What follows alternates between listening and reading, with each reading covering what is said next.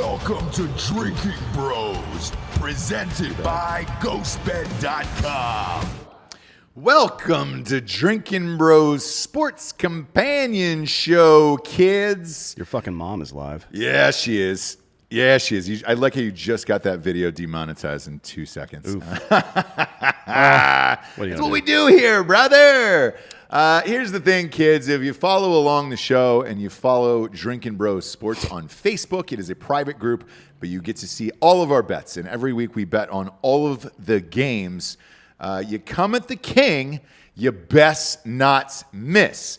We had a young man by the name of Josh Harris, who is going to be joining us here. Well, he missed. He came at the king and he missed, and it was for a big boy number. It was for a huge number. It was for an Ariana Grande. My lock of the week was Auburn. Bigly. Over Kentucky. Correct. Bigly.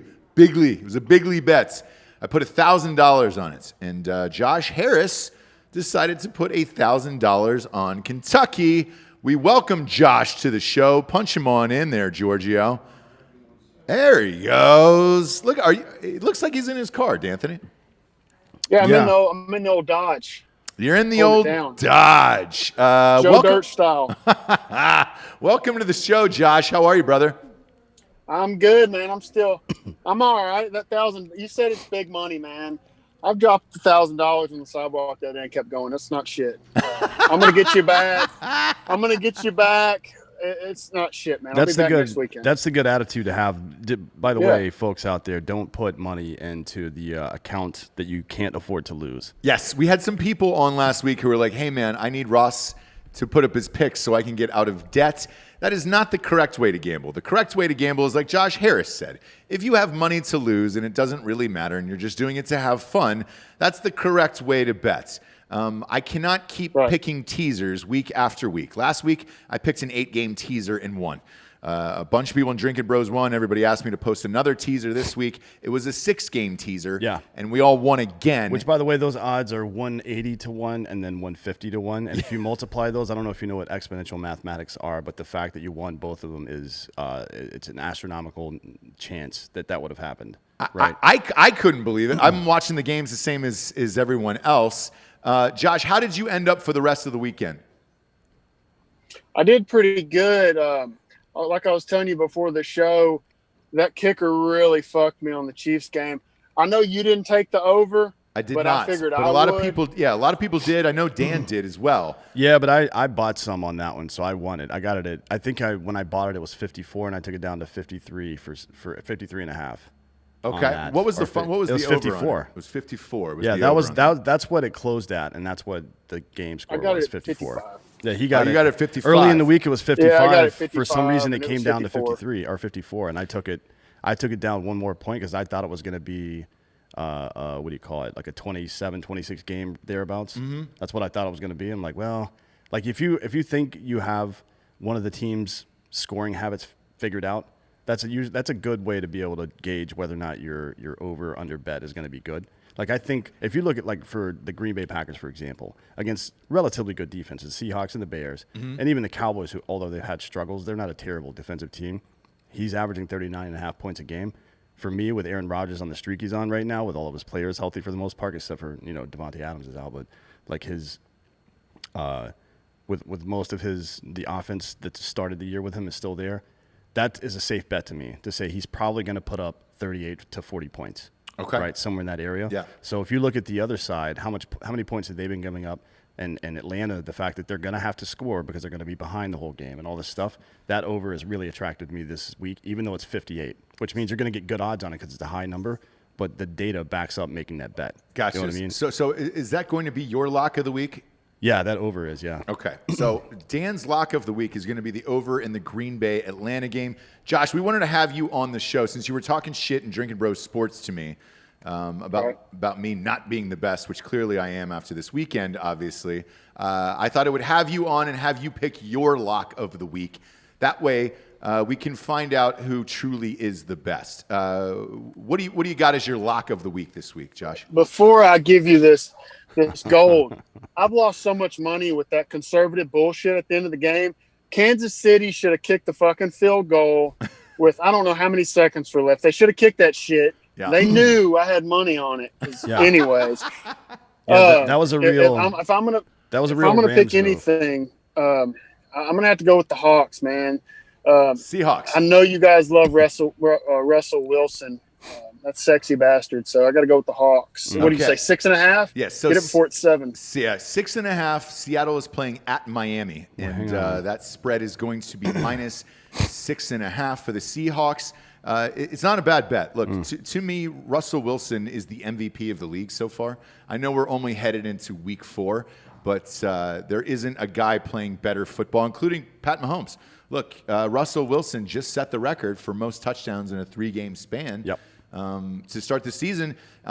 He looks amazing. The Seahawks look amazing. Chris Carson, though, might be out running back-wise. And me personally, there is something about playing in Miami for these teams where they just kind of let up for the week. They don't cocaine. Yeah, exactly. And Dan has talked about that many times on the show. When you go to Miami, you're doing cocaine. You're having a good time. People don't take the Dolphins as seriously, and some of these games end up being a lot more challenging than they really are. Hey, my mic was out for a second. Yeah. How many times have the Patriots gone to Miami and lost when they had their great teams? Correct. Like frequently, that was one of their 2 losses in a year. Yeah.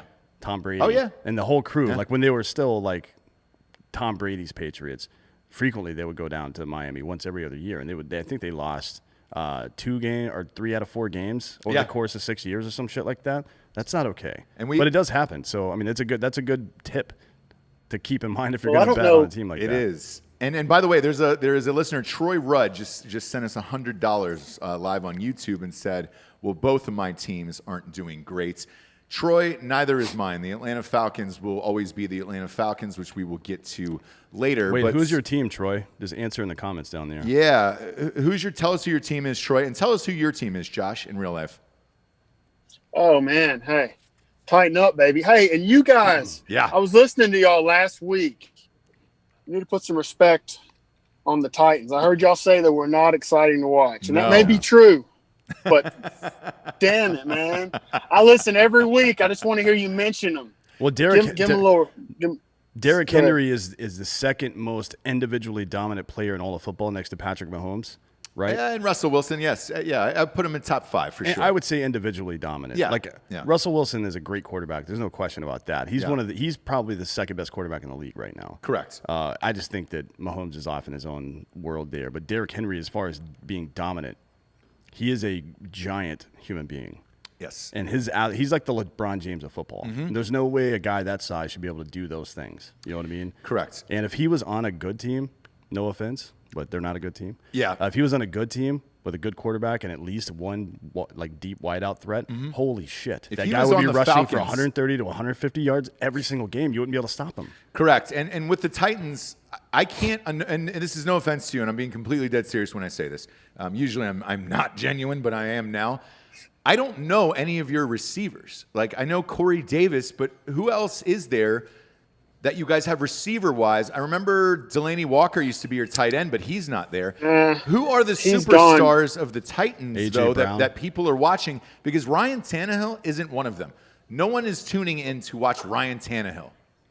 Tanny's the fucking Manny, you know what I'm saying? But listen, Jonnu Smith, number 81, as soon as that ball hits his hands, it doesn't go nowhere. You hit him as hard as you want to. He's hanging on to that shit. Watch the Ravens game last year, the one cheek rule. He fucking caught a touchdown in the end zone you wouldn't believe. And then A.J. Brown from Mississippi. Is it Ole Miss or Mississippi State? I can't remember. Who gives a shit? He's the fucking man. He's hurt right now, but he's the shit. Yeah, he's Ole Miss. He caught 1,000 yards last year. Did he really? Yeah. And only like 57 receptions and 1,000 yards. I mean, he's a deep threat for sure. But 57 receptions is not exciting.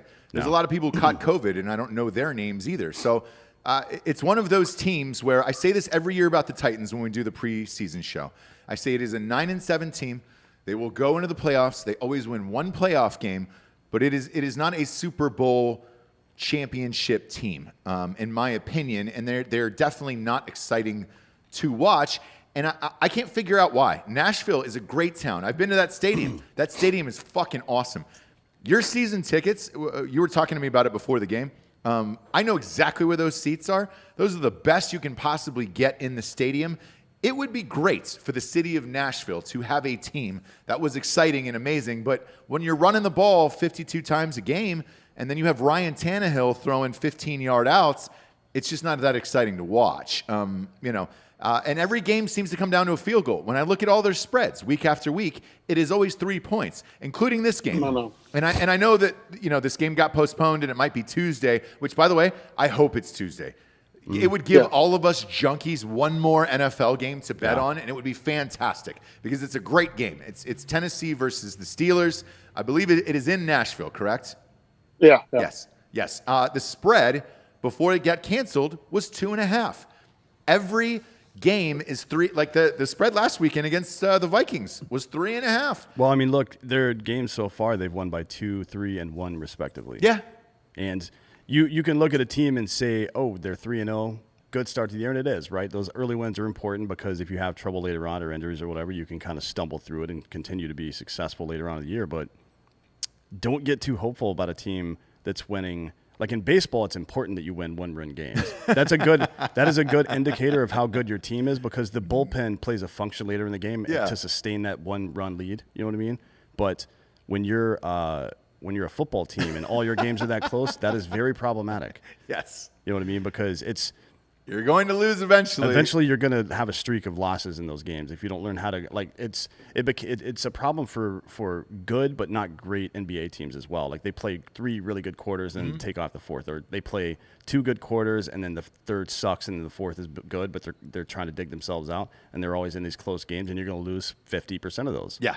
Right. I mean, eventually it's going to catch up to them, but frankly, I don't know when. I mean, we'll see when this Pittsburgh game happens, but they play the Bills and then the fucking Texans after that. Honestly, they might lose the next 3, to be honest with you. But the Titans could also win those games. I know. You know what I mean? And that's the thing. Look, that's the positive thing I'll say about the Titans. They always give themselves a chance. When you have Derrick Henry, you always have a chance in all these games and a decent defense. And I don't think your team had a chance. Had a choice, but to back up the truck and pay Tannehill. As we've seen around the NFL, it is really hard to find a good, consistent quarterback. Will they be great and win a Super Bowl? You never know. But if you want to win games, you have to have a great, consistent quarterback. Like Matt Ryan. I don't know if that motherfucker will ever win a Super Bowl. I doubt it, to be honest with you. No. But that is the best that they could possibly get. Therefore, unless you get Trevor Lawrence or Justin Fields next year, if you're the Falcons, I don't know that it's worth it. Same with the Titans. Yeah, we'll see. You've got to keep Tannehill because look at all the other options. Everybody said Danny Dimes was going to be the guy in New York. He's shit. Garoppolo, he's shit. Well, I mean, look, all these there's always a sophomore slump. When there's not, in the case of Mahomes, it was a big deal that he didn't have a sophomore slump. Right. Baker Mayfield had one. Yep. Fucking even I think Peyton Manning's one of the only other guys that never had one. Right. It's him and Mahomes recently, but typically speaking, I mean, Danny Dimes is going through his sophomore year now. They got tape on him, and his team is struggling without their number one offensive weapon now. So it's like, I get it, and it's how you bounce back in the second half of the season. We'll see on Danny Dimes. If he starts to produce again later on in the season, maybe he's got some legs over there, but I don't know. I mean, without Saquon, shit, man. Yeah. The fuck you going to do up there? Look, the Giants are done. There's a reason why that spread is 12. We'll get to that in a second. But Josh Harris, before we jump off with you here, I just want to say thanks for being a good sport this weekend. We're grateful that you listened to the show. And anybody who was talking shit inside Drinkin Bros Sports, look, man, put your money where your mouth is and come after the champ, and we'll have you on the show. Like, we enjoy all of it. We enjoy all of the shit talking. That's who the Drinkin Bros are. So I appreciate it and know that I found it hilarious this week, and I actually had an enjoyable time, and I'm glad to hear that the money you lost didn't really affect you that much.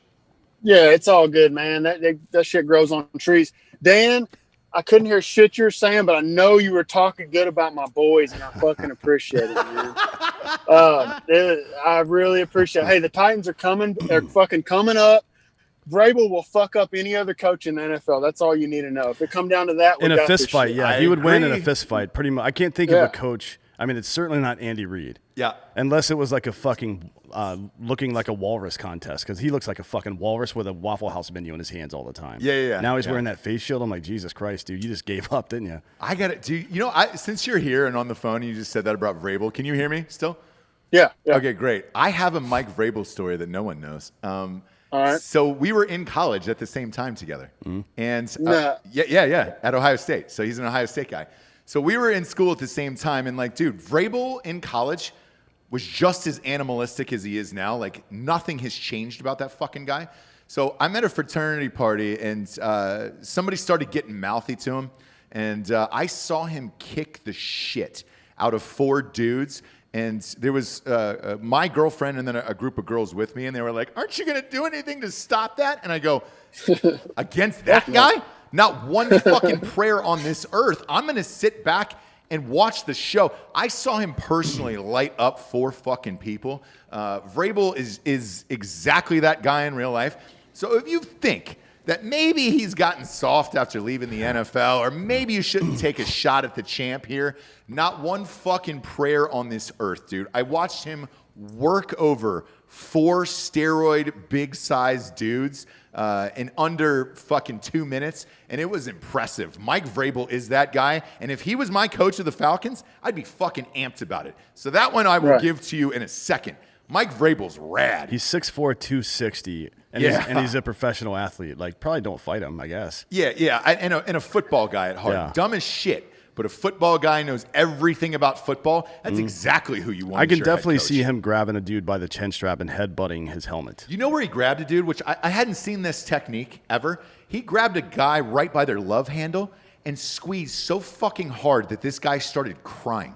Physically dropped to his knees and cried in the front yard. When you make a grown man cry in the front yard of a fraternity party, you can never come back from that. I'll never forget who that kid was because of what Mike Vrabel did to him. What about when doves cry?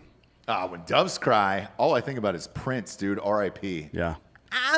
Well, He might be out there somewhere. if you'd have jumped in, you'd have been the 5th guy. Yeah. And then they get fucked up, and you never would be able to win. You really wouldn't like the Titans, and that'd be a fucking problem.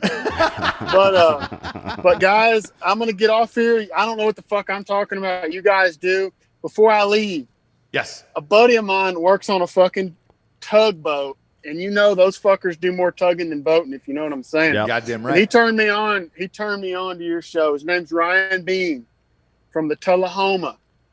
He's a fucking man. You guys have a good one. Keep keeping it real, and I'm coming for that fucking ass. I hear you, dude. Hey, I'd tell you what. So it's early in the show, but we'll make him Drinkin Bro of the week. So let's make Ryan Bean Drinkin Bro of the week. How about that? Fuck yeah. Come on, Ryan. I probably ain't going to see this. He'll hear it. Well, The audio show will be out tonight, and the video is always on YouTube.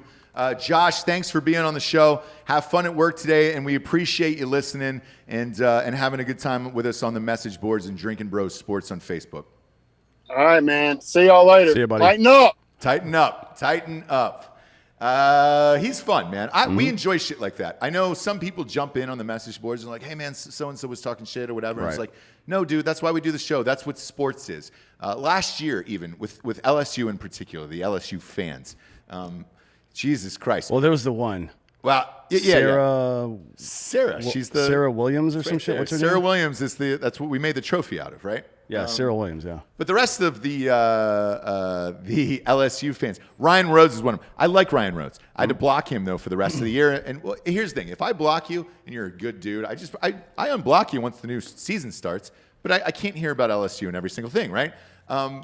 What I said about LSU was completely and 100% correct. Now, I did not see them beating I bet them the entire year, those motherfuckers. I bet them the entire year except for the Oklahoma game. The only reason I bet them on the Oklahoma game is that the spread was too high. It was 14.5. And I was at that game in real life, that playoff game. Oklahoma is every bit as bad as they were last week, which we'll get to. And then in the national championship, I thought Clemson was going to win because they had a great defense, and it was just LSU's year, and that was the greatest team in college football history. They deserve it, and they can live without the rest of their life. But if you go back and listen to the episode, the day after they won the national championship, you and I did the episode, I said, LSU fans, enjoy the moment, enjoy this year. You are losing everyone across the board.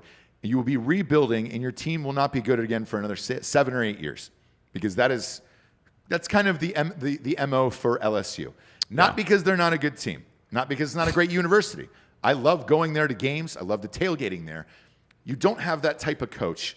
You don't have the Nick Saban or the Dabo Sweeney or the fucking Ryan Day. Like, you don't have that type of coach who's going to pull in the people year after year. Yeah. And I said, enjoy it, because not only did you lose, your offensive guy who was calling all the plays, you lost your defensive coordinator, the coach lost his wife and to a divorce, but also with the returning starters, I believe it was 3, and then Stingley got hurt the night before the game or whatever weird illness he had and had to go to the hospital.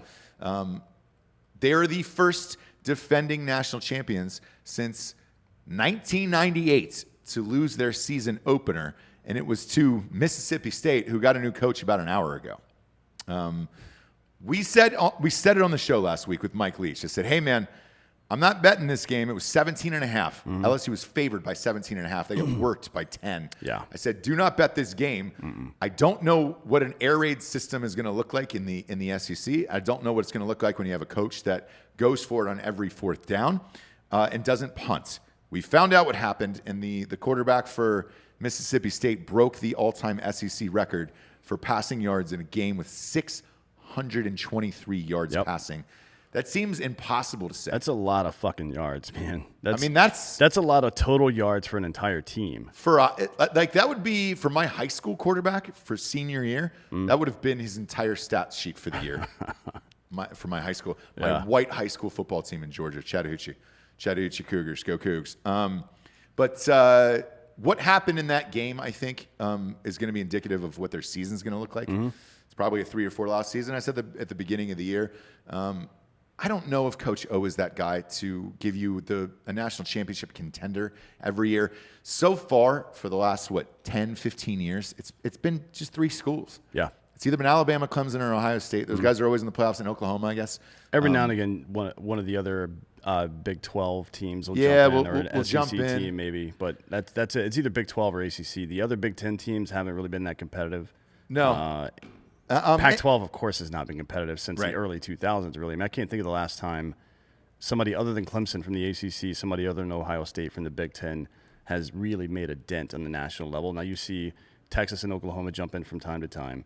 You'll see, Alabama's always there. You'll see LSU jump in from time to time as well, maybe Florida, somebody like that. But typically it is just those 3 teams for the last fucking decade. I mean, shit. Yeah, and Coach O, let's face it, is not the guy that is going to, recruits. He's not going to show up at a recruit's house and they're going to be impressed.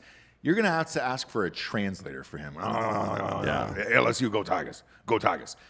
So, look, I think your team will be great in another 4 or 5 years, just not now. My biggest concern, though, with the SEC in general and college football this year, and I know I talked about this on the show last week, but the interesting part was I'm a huge Scott Van Pelt fan. Watched his show on ESPN late at night because I'm always up late. And he'd said the exact same thing as I did pretty much the night after our show aired, where it's just like, college football is about the pageantry. Yeah. The home fans, the bands, everything that comes with college football. My biggest fear about this year is these spreads in college football, man. You and I sat in an empty stadium at Texas, right? Or what felt like an empty stadium. It was 20% capacity. It's not enough to affect it. I feel like I was at my brother's JV game, and I had to drive him home after practice. You know? Yeah, that's why I think all those middle road games that are tough outs traditionally for particularly for the Big 10, or I'm sorry, the Big 12 schools and some of the SEC schools, I don't think those away games are going to be problems for the top teams anymore. I really don't. Like Baylor, right? Texas Tech, sometimes all those teams. In Texas and Oklahoma area for shit, they're most of them. To be honest, every now and again, one of the Mississippi teams will be tough. One of the Florida or Georgia teams will be a tough out, but I don't think this year's going to be like that because unless the fans come back and start getting rowdy, they're not. Maybe in the Big Ten, maybe in Florida, but even then it's going to be 25 at most 50% capacity, right? Correct. And in the Big Ten, they're not allowing any fans all season long. So spreads might be strange unless you're the best teams. Like Clemson is still beating the spread. Alabama did not cover the spread though this weekend. No. I think Ohio State will cover these spreads. I'm really curious to see what they're going to be. But if you look at this last weekend as a whole, and again, if you follow on Drinkin Bros Sports on Facebook, private groups, sign up, you can see my actual betting slips. That's why all these people are winning all this fucking money, is I post them every Saturday and Sunday morning right before the games. This Saturday, when I looked at it, I said, man, I am only betting on one game. And I did it Friday night because I think we were getting housed on Saturday. But I was like, look, I'm only betting one game in college because these spreads seem so fucking big. And it was Auburn at 6.5 over Kentucky. I put 1,000 on it, but I didn't bet any other college games that day. I bet 1, 2, 3, 4, 5, 6, 7. I was 5-2. Okay. I won K-State, OKC over. I won Auburn, won OK State to win. I won Virginia Tech and BYU, and I lost the Ole Miss game because it was plus 14 and they got routed. And then the Alabama thing, I really thought they were going to fucking show up and do something. I feel like I feel like Alabama right now on the national stage has something to prove. I do too. They got roughed up in the playoffs last year. I think they might be in trouble. Like, you know, looking at this, the SEC is the most interesting conference to me this year because looking at the landscapes, and we talked about it in our pregame show, you have Lane Kiffin, who's coaching at Ole Miss, right? He shakes it up. He shakes it up. It's bombs away. Florida was my sleeper team. I'd pick them to win the fucking West in the SEC this year. Yeah. They're my sleeper team, and they ended up winning, and it was like 58-38. But the fact that Lane Kiffin came in with none of his recruits, chucked the ball every fucking play, and put up 38 points against Florida, who traditionally has a pretty good defense. Yeah, they produce really good secondaries, especially in Florida. Yeah. Like some of the better, just the state of Florida at large has produced, like Deion Sanders, for example, some of the best goddamn secondary or defensive backs of all time in NFL history, right? Right. They churn them out like fucking like Iowa churns out tight ends. Yes. You know what I mean? Yeah. And you expect Florida to have a pretty good pass defense. Yes. Deion Sanders went to Florida State. Florida State, yeah. I'm just saying Florida schools in general. Miami's produced a bunch. Florida State's produced a bunch, and Florida's produced a lot. I mean, like a lot of fucking defensive backs. It's weird to see. I mean, it's Lane Kiffin. You never know what's going to happen. Maybe it's a fluke. We'll see the rest of Florida games and the rest of Mississippi's games as well. But it's weird to see Florida with a team that's kind of in a chaotic mode right now, that's still learning their own system, come in and drop 40 on them. You know what I mean? Yeah. Particularly when it's a lot of it through the air. You don't see that much. No, and you know, if I'm looking at all the games as a whole, so you have that Ole Miss game with Lane Kiffin, and then you have the Mississippi State game obviously against LSU. I mean, look, LSU is they call it DBU, although look, every corner out of Ohio State, every starting corner since 2013 has been drafted in the NFL, whatever. I'll look past that. They call it DBU to allow 623 yards through the air is pure fucking insanity at home. It's hard to wrap my mind around, but here's the biggest takeaway for me personally, Dan. The SEC is not used to something like that. What happens against an Alabama? What happens against a Georgia, a Florida?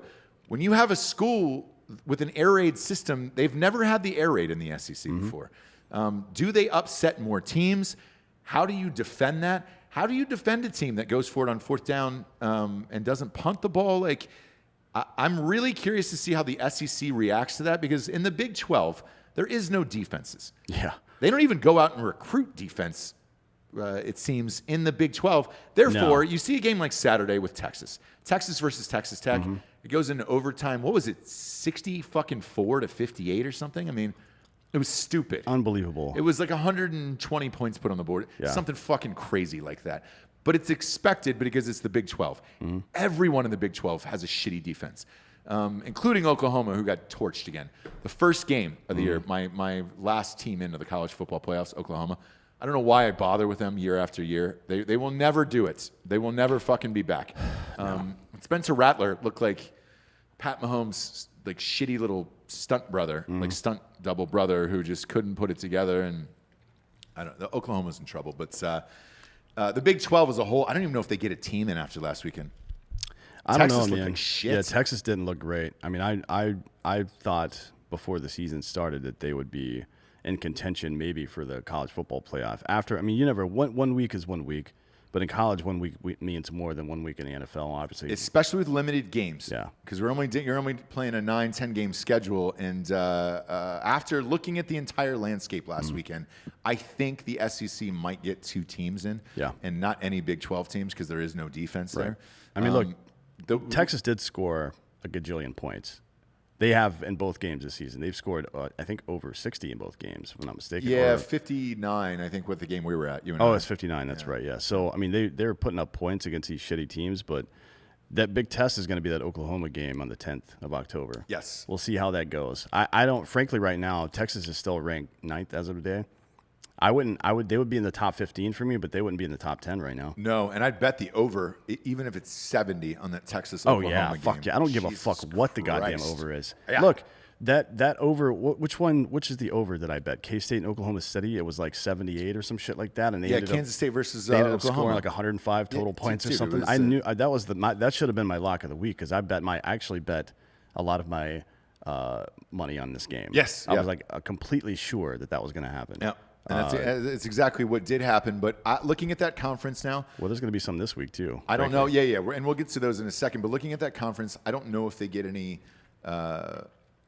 teams in out of the Big 12. I think it might be 2 SEC teams. I think Clemson is still a lock. Clemson still looks like Clemson. Yeah, I mean, the rest of the ACC is dog shit. Clemson's only real test is Notre Dame, who is also right now a top 5 team. But maybe Miami. We all know that Notre Dame is not a real top 5 team. No, they're not a real team. Miami could sneak in. I mean, they're 3-0 right now. They've looked pretty good, but they haven't looked that crisp. You know what I mean? But it's also like everybody was on a truncated timeline. They're still, they've got different players from last year and shit like that. So we'll see. I mean, I think by week 4 or 5 we'll know what the rest of the year is going to look like.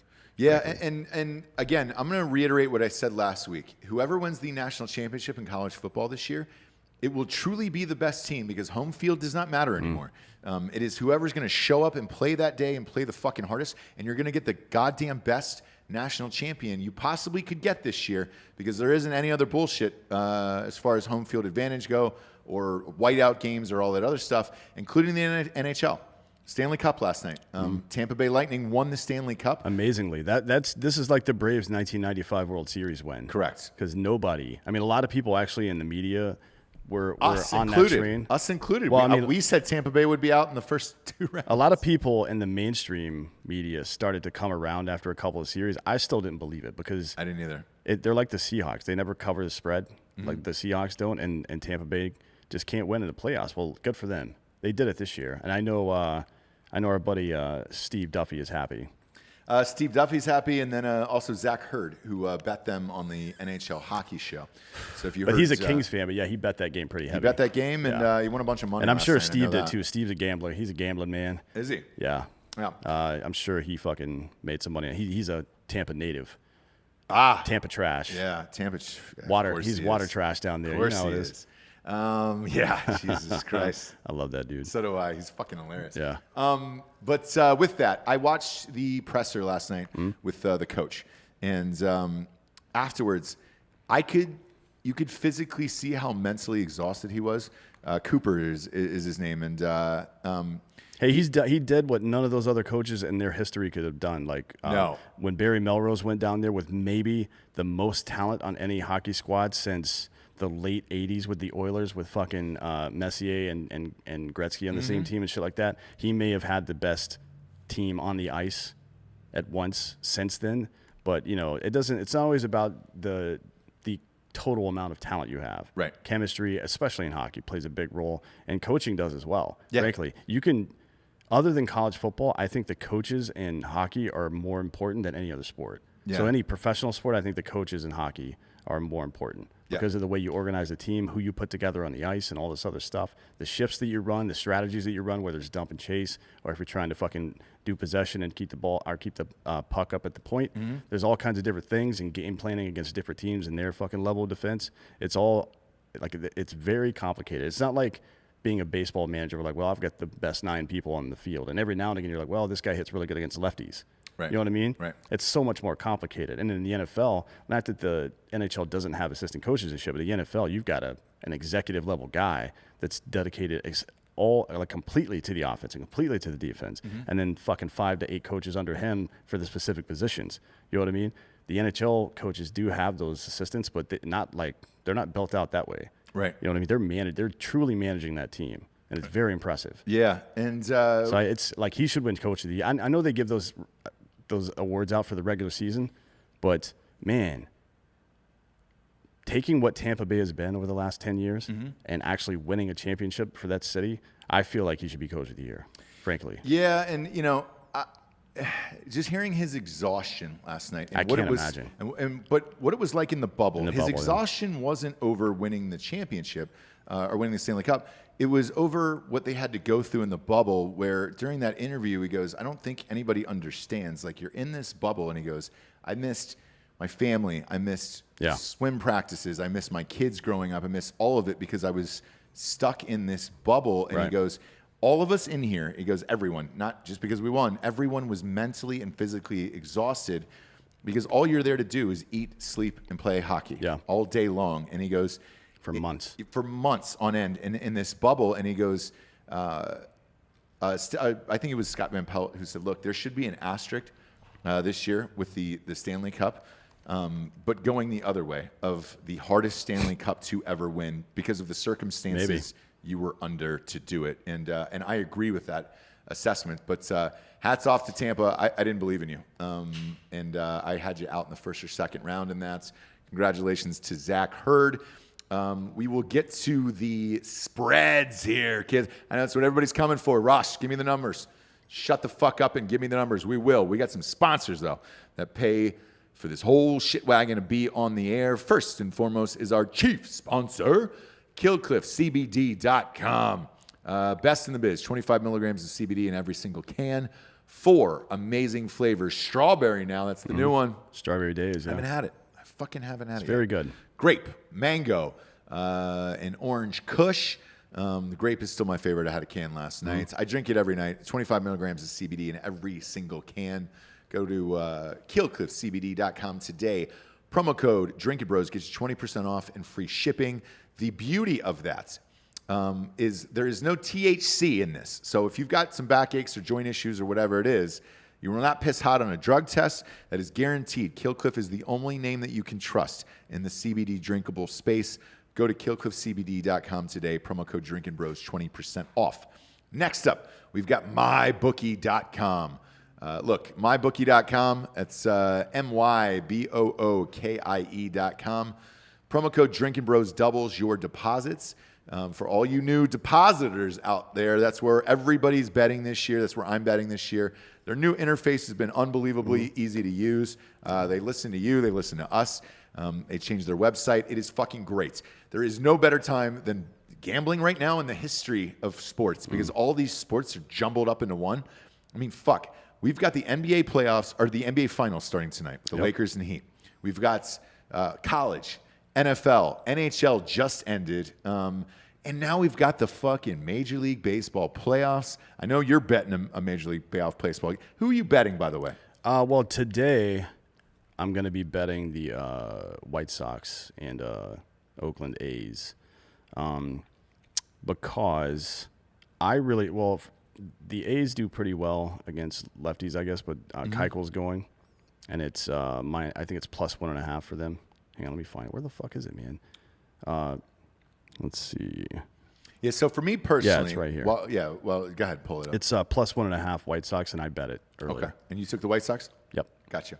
So for me personally, Dan's great at betting individual baseball games. I am not. I'm great at picking individual series. Therefore, I'm going to wait for the ALCS and NLCS and then the World Series. Those are my 3 big bets in baseball in the playoffs. Dan's great at picking individual baseball games. I am not. So listen to Dan on that one, not me. And that's why I'm not going to give you an MLB pick tonight. I won my first 9 bets in the playoffs last year. Yeah, so I'm not gonna give you those, but I will give you the series once these shake out. I would give it to you now, but they've expanded the playoffs, and it seems like there's 100 teams playing. So yeah.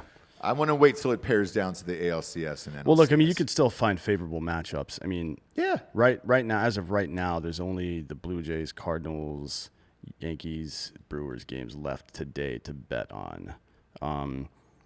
Brewers and Dodgers. I mean, it's fucking Bueller for the Dodgers, and he throws fucking gas. Right. I mean, he throws the ball very hard.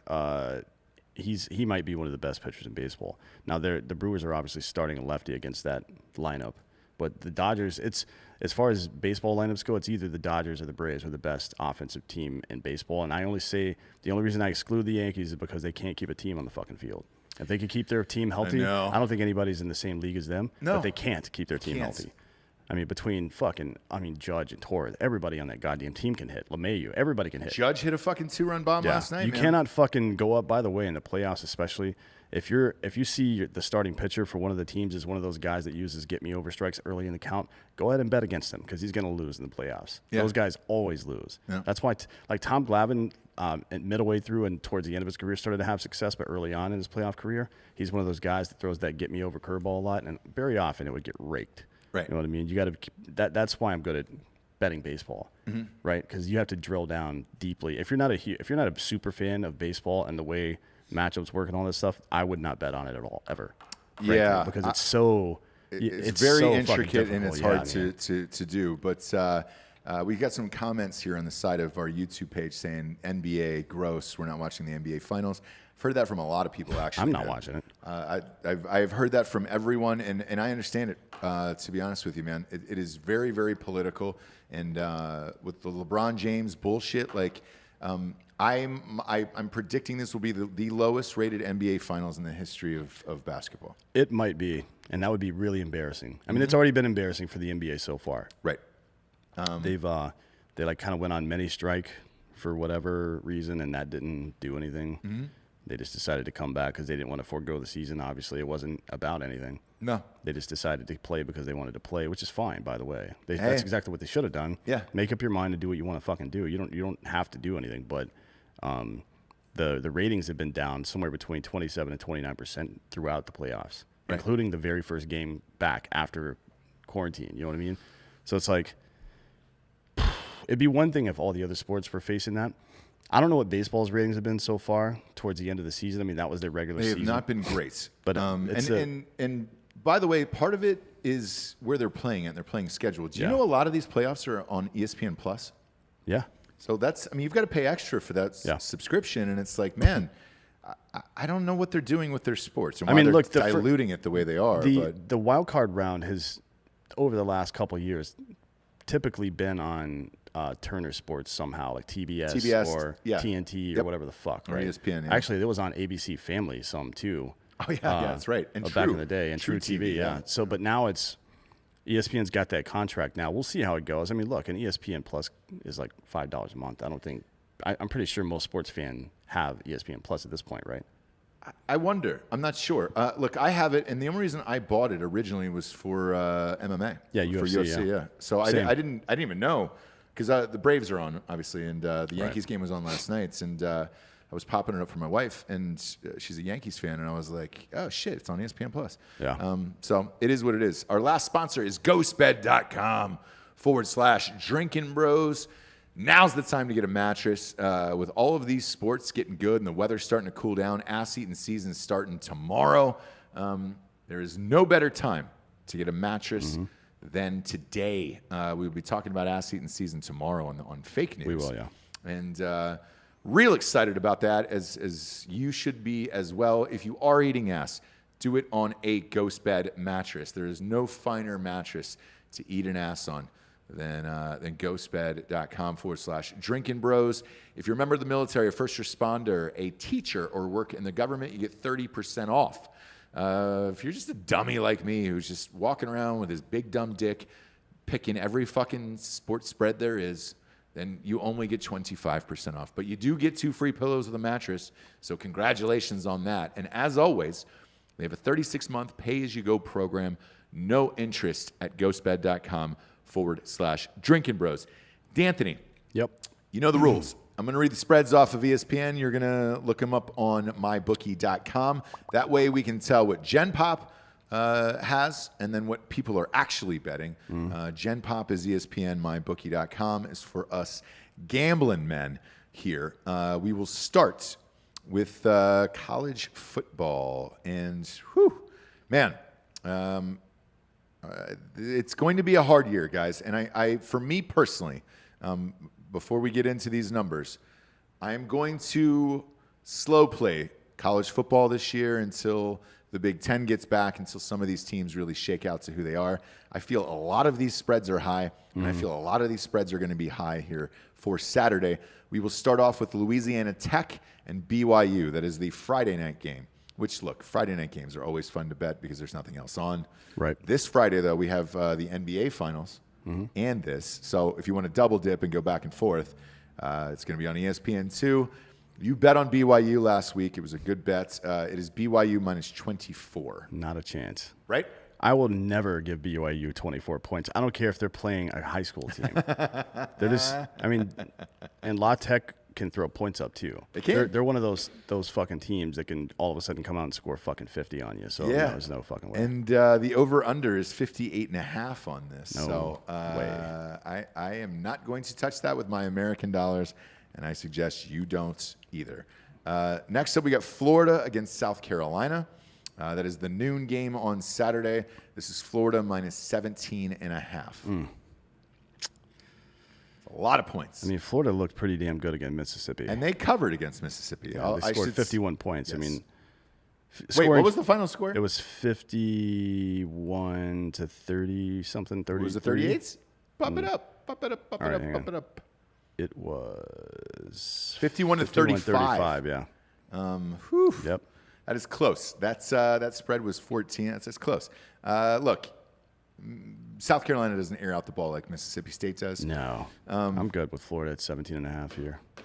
I'll probably take it to 17, though.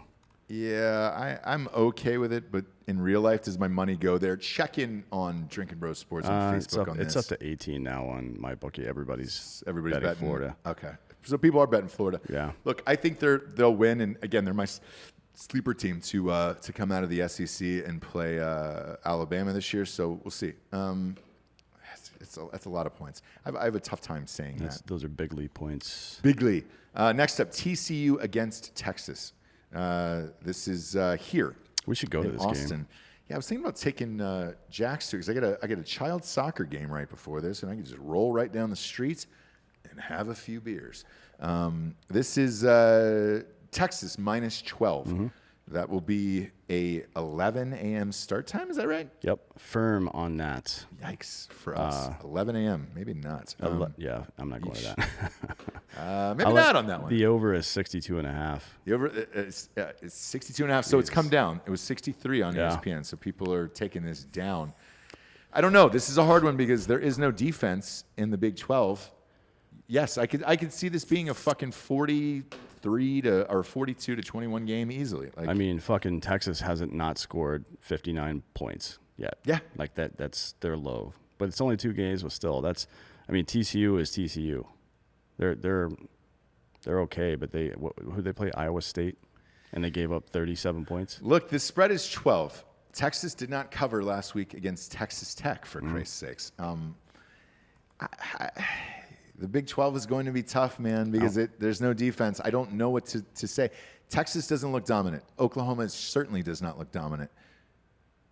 That is a lot of points to bet on for this. Like, fuck me, man. This was higher, by the way, earlier in the week. 63, you said? The spread? 63 is the or over. The over? Or the spread minus was higher? 12 was the spread. Yeah, the spread was higher. It was at 13.5. I think Texas is good for this. Okay. I think Ellinger's been inaccurate so far for his liking. And he hasn't really thrown the ball that much. I mean, considering it's a Big 12 offense. Right. I mean, he's thrown the ball 73 times in 2 games. What's that, 36.5 per game? Whew. That's not that many throws for a Big 12 team with a good quarterback. They throw the ball 40-plus times usually, unless they have a great running back. Yeah. And I don't know. I mean, they're I think they can pull this one out. I think Texas will win this by 2 touchdowns, but it would be irresponsible for me to tell you to bet on it when I'm probably not going to. Well, I'm going to, but don't. Are you really? But don't if you're. Are you taking the over? Are you taking the spread? I'm taking the spread on this. Okay. I should take that over too, though. To be honest, that's a fucking. Come on, man. That's a 33. I get it. 30 game. I'm in on that. Yeah. I'll take the over. I bet it's 35 to 20. That'll cover it. Actually, no, it won't. It'll be 55. I'm not going to touch it. Sorry. Missouri is playing at Tennessee. The gentleman who was just on the phone, we asked him before he came on who his college team was. He's a Vols guy. Look. I'm not betting on this game. I wish they were good. It is 11.5. Missouri beat the spread against Alabama this last week. So, and Tennessee only beat South Carolina by, 4 points or something like that? Not a chance. Missouri might actually win this game. That's the scary thing. I'm going to about be this. watching this game probably because, or at least I am too. flipping back to it because I want Tennessee to be good. And so do I, but there's a chance they might be. They're falling in the rankings, and they won. So Yeah. that's a bad sign. Yeah. And Missouri, dude, they covered against Alabama. Say whatever you want, but Yeah, we'll see. 11.5 is dangerous, man. I wouldn't do it. I would not do it. NC State against Pittsburgh, -14 in this one. Look, I've been right on all of the Pitt spreads so far. However, I've taken the other team. I took Louisville against Pittsburgh. So 14 points for these two teams. Well, I know Pittsburgh is 3-0. Is that the game that you're throwing all your money on? Is a 2-touchdown game for Pittsburgh and NC State? No, I mean, Pittsburgh played – they've won their last 2 games by combined 14 points. Mm-hmm. So to give them that much credit, probably not. No. And by the way, Honestly. if you're out at home listening right now or watching on YouTube and you're like, dude, Ross, I want the fucking numbers. My NFL picks tomorrow, I'm going heavy on the NFL this weekend. Love those games. I do not like the college games. These are a lot of fucking points, man. So I'm not going to do this No, one. 14 for a team – like NC State sucks, obviously, but they're not that shitty, and Pittsburgh is not that great. No. The idea that they're going to come out and win by more than their combined last 2 wins that's just bad data.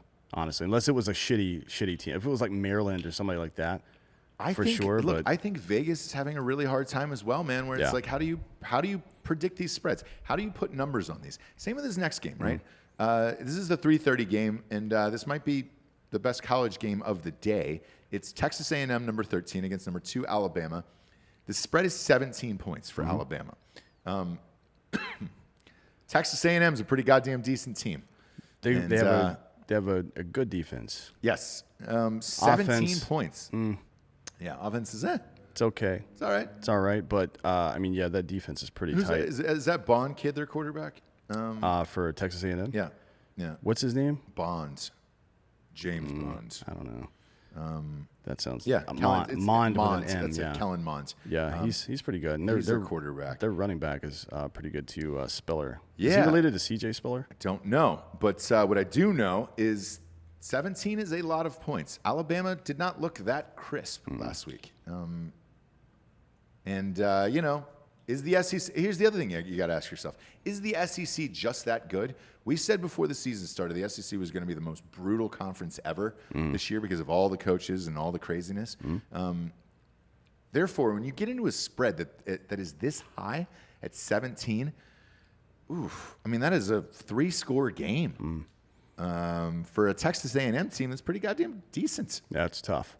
That's tough. I mean, look, you can't. Alabama's pretty new offensively as well. Like the guy got he got some good fucking looks last year because homeboy was hurt. Mac Jones. But that's not enough. And we saw it with Burrow's got a full goddamn season at LSU, and it took him that whole next year just to fucking finally show up and be the guy that we now know. You know what I mean? So I think Alabama's going to be pretty good this year. I think next year they're going to be really fucking good. Really good, yeah. Like they'll probably be as good as Ohio State is this year and next year, but it's not next year. It's this year, and I'm not betting on this game. Me neither. Me neither. The next one is North Carolina against Boston College. This is North Carolina -14 at Boston College. Boston College is a tricky team, man. They grind these games out. It is, and it's weird as fuck to see the University of North Carolina with a 12 beside their name in football, honestly. And that's bizarre as fuck to me. Especially after all the fucking Big Ten teams came back into the rankings. When I saw North Carolina still in the top 15, I'm like, it's the ACC, brother. I mean, would you put a MAC team in there? Come on. The only reason Clemson climbs the rankings like that is because they have demonstrated their dominance over the years, right? Even in losing, they don't ever lose that ugly. No. So I don't know. We'll see. Maybe hopefully they're great. It'd be great. It'd be great it'd be great if all 5 of these major conferences had 2 or 3 really, really good teams. Yeah. Like Alabama and LSU, or Clemson and North Carolina, whomever it is, Miami maybe. You know what I mean? It'd be great, but it's not reality. No, it's you know what I mean? It's not reality, and that is a tough spread, man. 14 on the road against a gritty Boston College team that's 2-0. And I like how Michigan is ranked 23rd and they haven't played a fucking game yet. Is Michigan exist? Wisconsin is ranked 19th. Ohio State is ranked. By 6th. the way, the best shot out there in the presidential election last night was Trump saying I brought the Big Ten football back. Yeah, that was a good move on his Love part. to hear it. He made me a laugh lot. for 1,000 years. That's why I wore the Ohio State shirt today, because then he shouted out Ohio. He made a lot of mistakes yesterday, too. We'll talk about that on the fake news tomorrow. Yes, we will. Everybody made mistakes. People keep asking us. It was a train wreck of a debate, but we will answer all of that tomorrow on the fake news. This is sports. What's the next one? And this next game is South Florida against Cincinnati. These American Conference teams are so unreliable when it comes to gambling. Cincinnati's covered this year, but it's at -22, and that's a 4-score game. Right there. That's. I mean, look, That's an Abraham Lincoln game. That's a 4-score and 7 years ago game, and I don't like it. South Florida played Notre Dame last week and lost 52-0. Now, how much better is Notre Dame than Cincinnati? I would say I don't know. Not that much. No, frankly. So I'm actually going to take this game.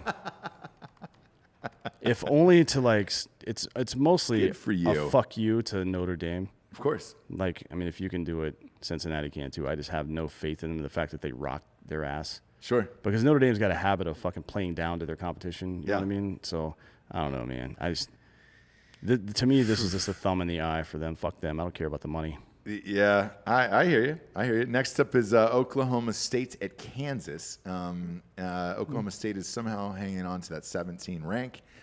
This is -21 for Oklahoma State. No. Kansas could they always shock somebody every year. Like, no, dude, that's too many points. Oklahoma State almost lost their first fucking game Yeah.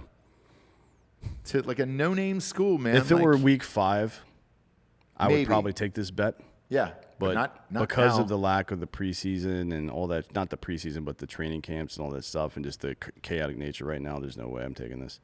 I agree. Same thing with the next one, Memphis and SMU. It's, I mean, it's if Memphis it's basically -3. it's a pick 'em basically. I mean, it's a Correct. -6 technically because they're at SMU, but there's no fans. So I think maybe it's just a pick 'em because they're probably not factoring that in at this point, The right? over is the most hilarious over I've seen this year. It is 74.5 in this game.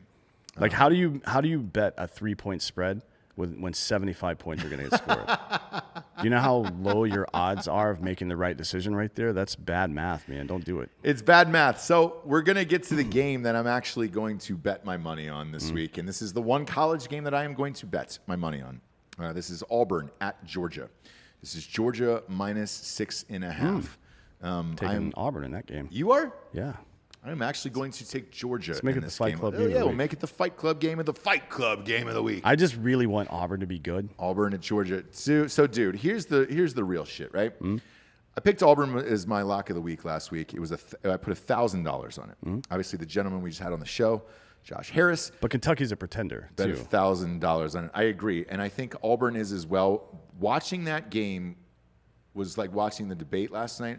It was a fucking car crash. It was 8-7 at half in the Auburn-Kentucky game, and then Auburn pulled away in the fourth quarter, and everybody won money, and we all partied and danced and drank in the streets.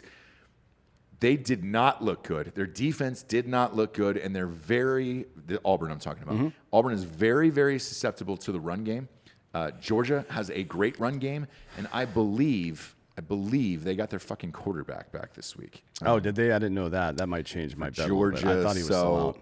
That Zamir White kid is good, though. Yes. I mean, he's not as good as some of Georgia's more recent running backs. I mean, they cranked out a couple. I mean, like shit. So this is 2 days ago. Georgia's transfer JT Daniels has been medically cleared to play, and he will be able to start against Auburn on Saturday. That is why my money is going on Georgia. So this is my one college football lock of the week. I'm going Georgia in this one, and it is simply based on Auburn's defense looked like garbage trash. They can be ran all over. I think Georgia will run all over them, and they will win by a touchdown. It is at 6.5. Get it at 6.5. Is it still on 6.5 on my bookie? Georgia. If it is not, by a half a point. What the fuck? Gotta give it to me, brother. Yeah, it's 6.5. 6.5. All right. So that's 6.5. That is the number that I am taking. I'm going to bet that as soon as we get off air. I'm taking this Georgia game. I'm not fucking with that 6.5. I am. To be honest, I mean, I didn't know that quarterback was coming back. He hasn't taken a snap this year. He is not. I'm never going to bet on a quarterback that hasn't taken a snap. I will. He is great. And I think this is what they're missing. Look, the rest of Georgia's team, in all honesty, is fucking great. And if Jake Fromm would have come back, I would have had Georgia winning the SEC this year. Maybe. I mean, Alabama doesn't look like Alabama, so Not yet. Yeah. We'll see as it goes on. But therefore, with this kid back and how shitty Auburn looked last week, Georgia's at home. I think they have fans in the stands there too, a little bit at least. So fuck it. They're between the hedges. Let's get wet. I'm betting on Georgia, and I might throw in Ariana Grande. This is also the Saturday night game of the week on ESPN. So I'm amped about this. It's going to be 72 degrees in Athens, Georgia. There's going to be a lot of widespread playing all throughout that campus. A lot of people drinking fucking margs, dude, at Mexicali's. So I'm going Georgia on this one. That's my lock of the week in college. Next up, we get Tulsa at UCF. Not gonna bet this one. It's minus 21.5 for UCF. Nope. Congratulations on all that. But playing Tulsa, bro. Yeah. I realized you were national champions. UCF, Dan, still has the national championship ring. No. But it's Tulsa.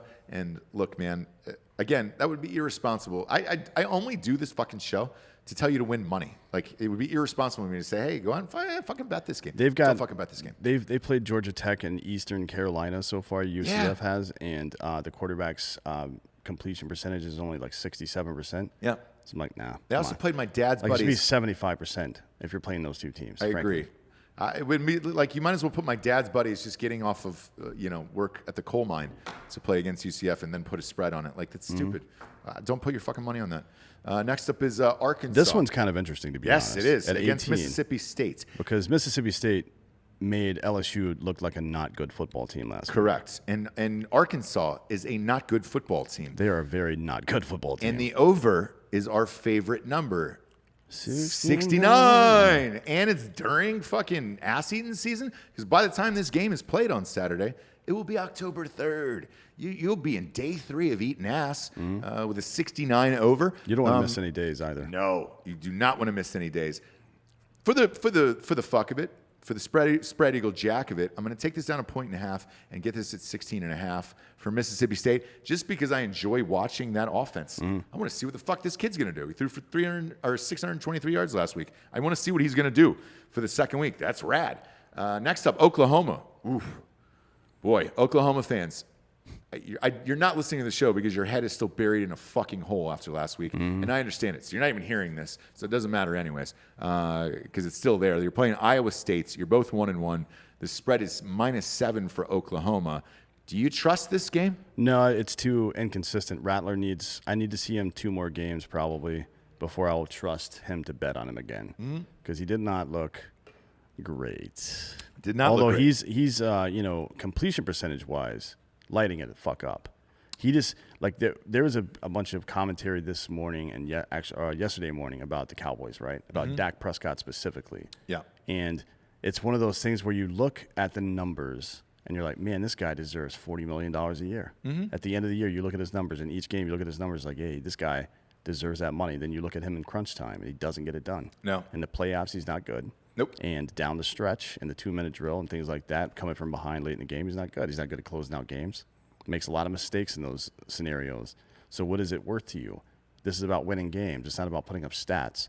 And when I see a guy that his stats all look great, but for some reason his team doesn't feel like it has a leader for a quarterback, I'm like, nah, I'm not betting on you guys. Sorry. No. Not until you fucking get your shit straight. Prove yourselves.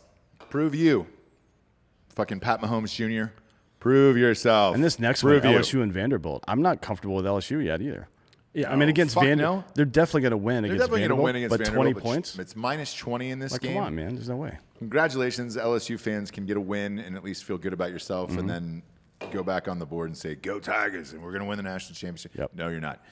You're number 20 right now, and it's going to get worse once the Big Ten teams enter the race. It's a rebuild year, kids. I think you're going to be rebuilding for the next 2 to 3 years, to be honest with you. Miles Brennan didn't look that great. LSU's going to be rebuilding. You want to bet on this, fine, but I'm not going to touch it. No. And then we got Clemson again, man. We can set our watch to what this Clemson spread is going to be every 28, week. Yes. 27 or 28, and if it's a really shitty team, it's going to be like 31. 35, Yeah, somewhere in there. This is dumb. What are we doing anymore? Virginia against Clemson. It's -28. Not yet. I'm not going to take this bet yet. Nope. Because, again, if it was week 5, I would. But we haven't seen Clemson play a school that should even be a D1 school yet, because the Citadel shouldn't be, and Wake Forest probably in football should not be either. Yes. So this will be a telling game. If they blow them out here, then you got to jump on board the Clemson train. Yes. Yeah, because what it means is that Trevor Lawrence is focused. And this is the problem with people like Dak as well. They have the ability. They have all the ability. But can you take the ability and match it with the drive and perform like people like Jordan did? Or like even, I mean, as many finals as he lost, LeBron James, fucking Pete Rose, people that just like, they wanted to win more than they wanted to breathe. Right. I don't get that out of Dak Prescott. No. And I don't get it out of a lot of players. Trevor Lawrence seems like he's on a mission this year so far. We'll see how it goes. Yeah. I mean, he's 30 out of 37 this year. He's looked great. Yeah. He's looked great, but 28 points is a lot. Yeah, I'm not betting that The this fun early. thing about this, look, with all these college games is there is tickets, and you are able to go to most of these games. So go to drinkinbrostickets.com today. Get all your tickets. I'm going to go there. My wife just walked in.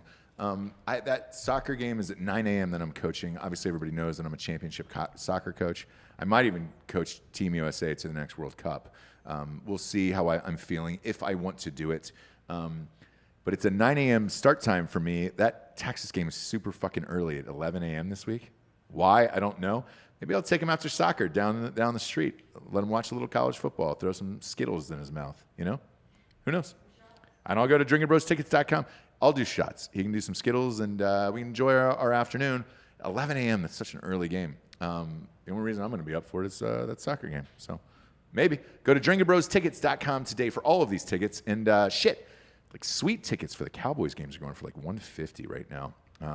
Cowboys, bro, they're in town. They're playing the Browns. We're going to swap on over to the NFL and talk about it. The Thursday night game. Another one. I think your theory is right. They don't want to waste any good games when they don't have the ad rights. They do not want to waste any good games when these games are not televised on CBS. These shitty games are on NFL Network, and they're putting the worst teams they possibly can together, and it's the Broncos and the Jets. 2 0-3 teams. The Broncos have lost everyone to injuries. I can't even name a fucking starter on that team anymore. They're on their third-string quarterback. You know that, right? Yeah. If you know who that is, send in his family info. We just want to make sure that is a real person. I don't know who it is. He's Melvin probably Gordon. voting by mail. Melvin That's how Gordon's the only invisible guy I this know is. that's in their starting lineup. He's hurt.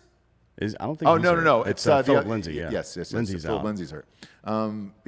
Dude. No, I know. They got I've Noah said Font to and you- Jerry Jeudy too, but Jerry Jeudy was hurt. who the fuck's throwing to him? He ended up playing last minute, but I don't know. I don't know who their quarterback is.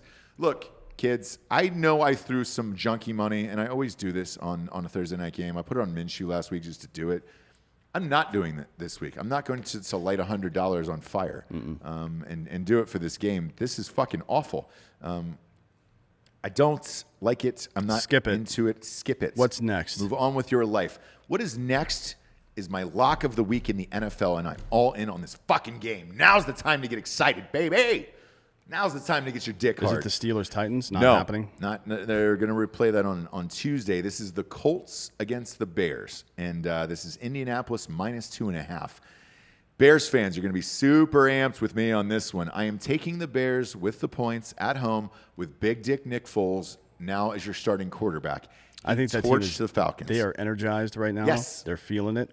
They've always And- had a great defense. and they don't have. I mean, Tariq Cohen is good. He's out for the year. He's out for the year. He's out for the year, and I don't care about that. I don't care that Tariq Cohen's out for the year.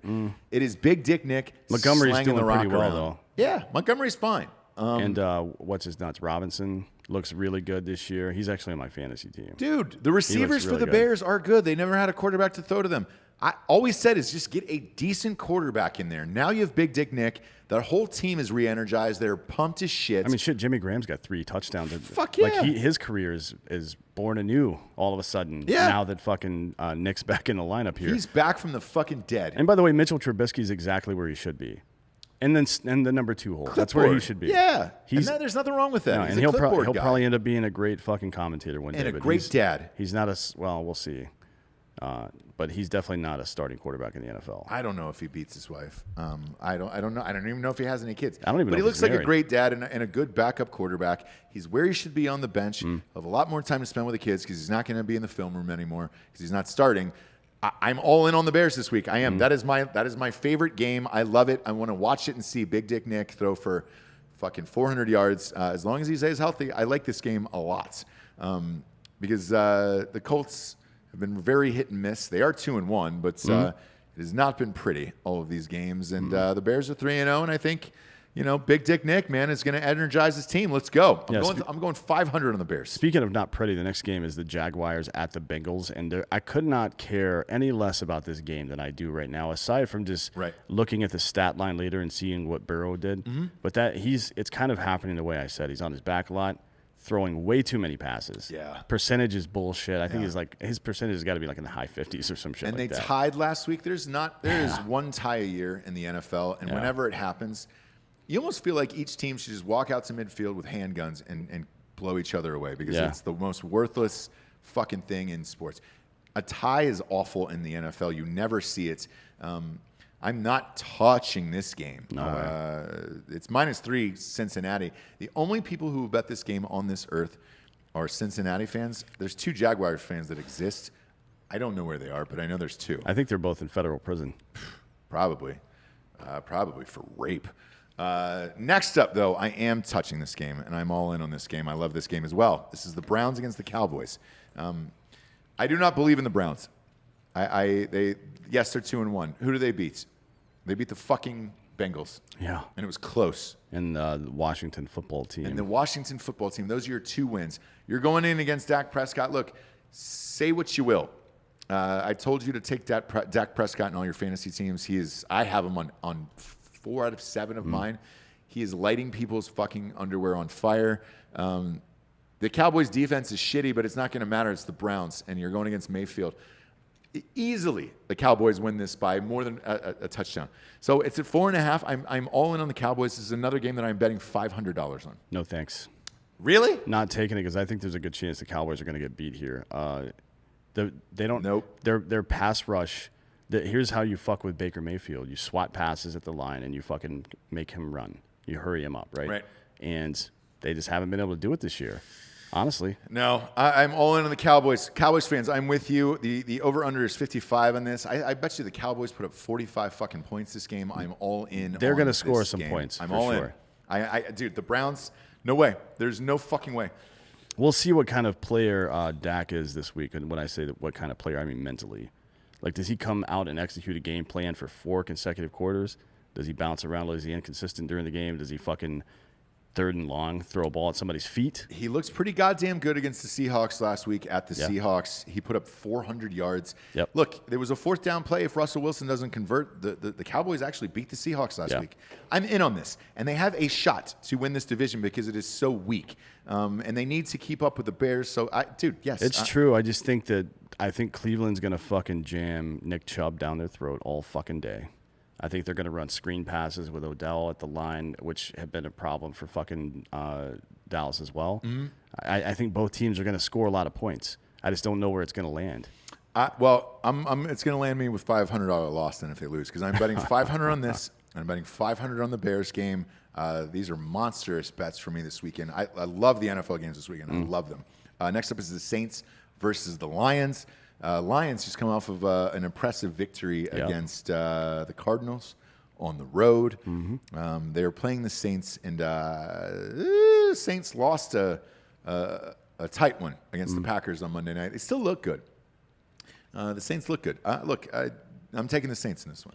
This will be a lower level bet. It's like a hundo, but I'm going to take the Saints in this one. I got the Saints in this one as well.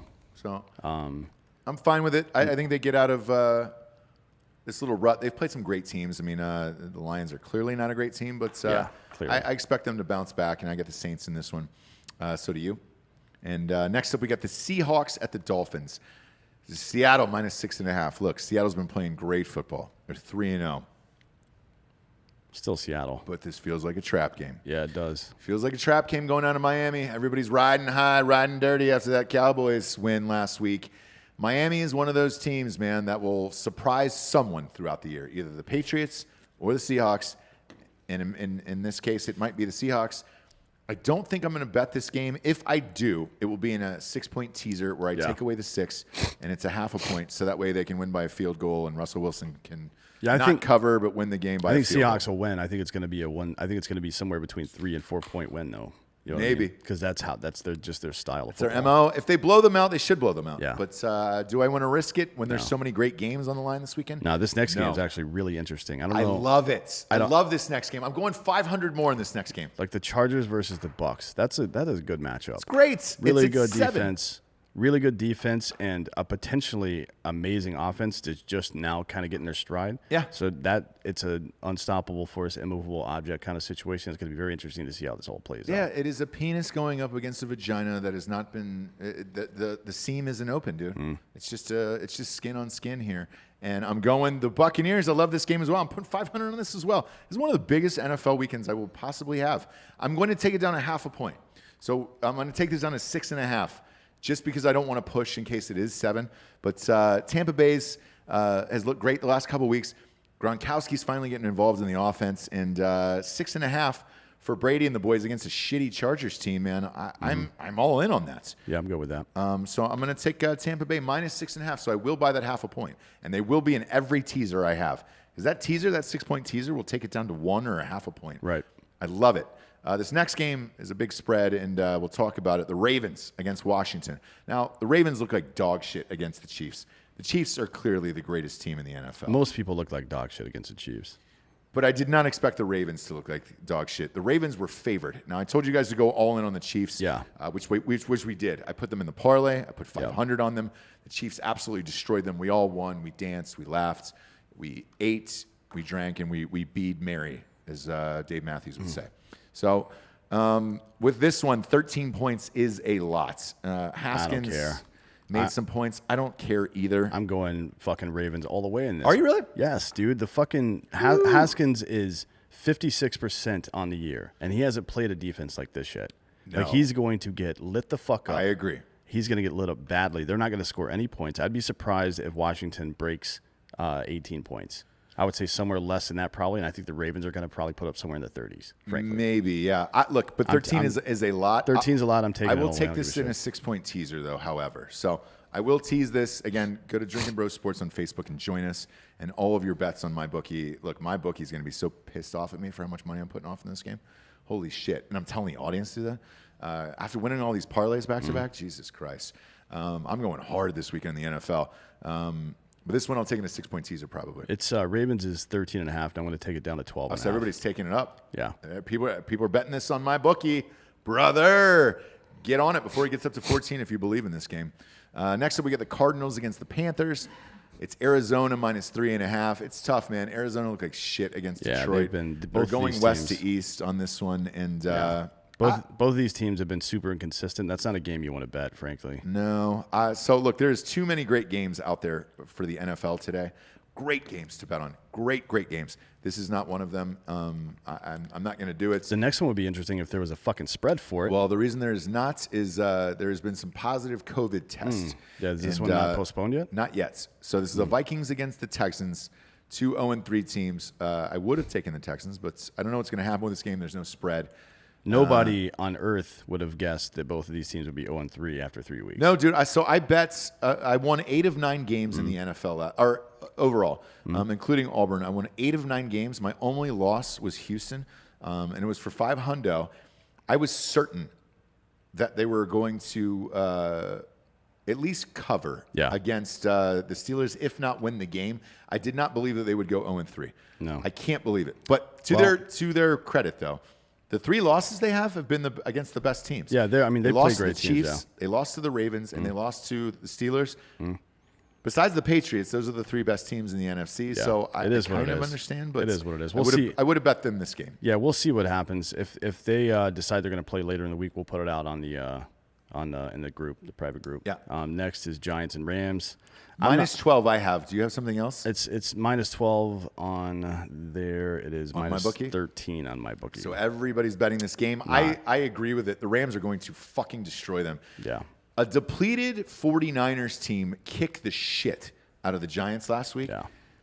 I don't know if they had one offensive starter playing for the 49ers last week, and they beat the shit out of the Giants at the Giants. Yep. This Giants team is done. With Barkley out, this Giants team is done. They don't have an offensive line. They don't have shit there. I don't blame you for taking this spread. I'm going to take it in a teaser for sure.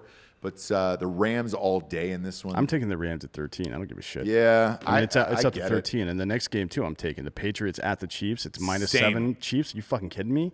Bro. Like, Love here's this game. Here's the deal. If fucking Patrick Mahomes is playing a team that he feels like is a threat, he's going to light their ass up. He may fucking come in against the Chargers and dick around like the Warriors did, historically when they played shitty teams. But in this game, he's going to go the fuck off. He's going to throw for 350 to 400 yards, probably 3 or 4 touchdowns. I mean, this is a ludicrous spread right here. I believe the exact same thing, and I was shocked to see it. I could not believe it. For the sake of not wanting to push, just in case the Chiefs decide not to show up again, they'll still win by a touchdown. So I'm going to take it at 6.5. But I'm the same, man. Like, it is hard not to throw $500 on this game too, man. So I might actually throw a bunch of money on this one. God damn it! Like, I don't understand. I love it, and it's going to be great for teasers and all that shit. But if you're at home, whenever there's a weekend this great, where you like, I've never loved this many games on a Sunday before, like ever. I didn't last week for sure. I did in teasers, but not in the NFL. Like, dude, go with the ones that you think. I wouldn't go on all of them, but man, but this next game is pretty cool too. The Bills at the Raiders. I think these are two pretty evenly matched teams. You see that reflected in the spread here. The spread is exactly where it should be at -3. This is going to be a really good game. Great game. Like, there's a lot of young players on both sides. Josh Jacobs, Josh Allen. There's a lot of new players, on both teams, and they both seem to have been putting it together so far. This is one of the games that I'm definitely going to watch. I'm going to watch the shit out of it. Betting it, though, I don't think I'm going to bet. I don't either. I think it's going to be a great game, but I'm not going to bet on it. Same. This is a really hard game to bet. And there's so many great games to bet on that why risk it on a game that's probably going to be close? Yeah. Both of these teams have looked sexy and fun to watch. Don't put your American dollars on it, but there's a lot of Raiders fans that probably will. And this next one is kind of shitty, too. It's terrible. It's the Eagles at the 49ers. I don't know who's playing for which team. I know Carson Wentz is going to play, but I don't know which guy.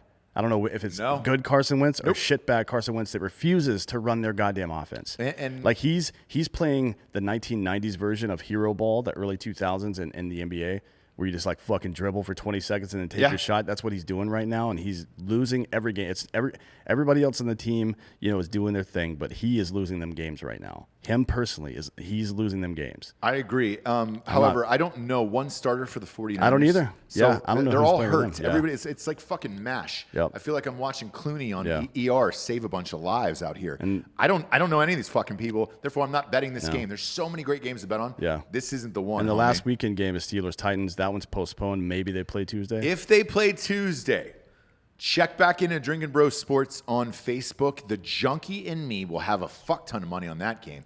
And a Tuesday night NFL game, there is no other game that your wife will hate you more for than a Tuesday night NFL game, because that means she had to watch football Friday, Saturday, Sunday, Monday, and Tuesday, and then there's a Thursday game next week. Oh my gosh. Throw a little bit of extra lube in your hand, because it's going to be a fucking jack sesh if this gets postponed to Tuesday. 2 3-0 teams, that'll be a fucking blast. Yeah, that'd be a good game, too, because they match up pretty well.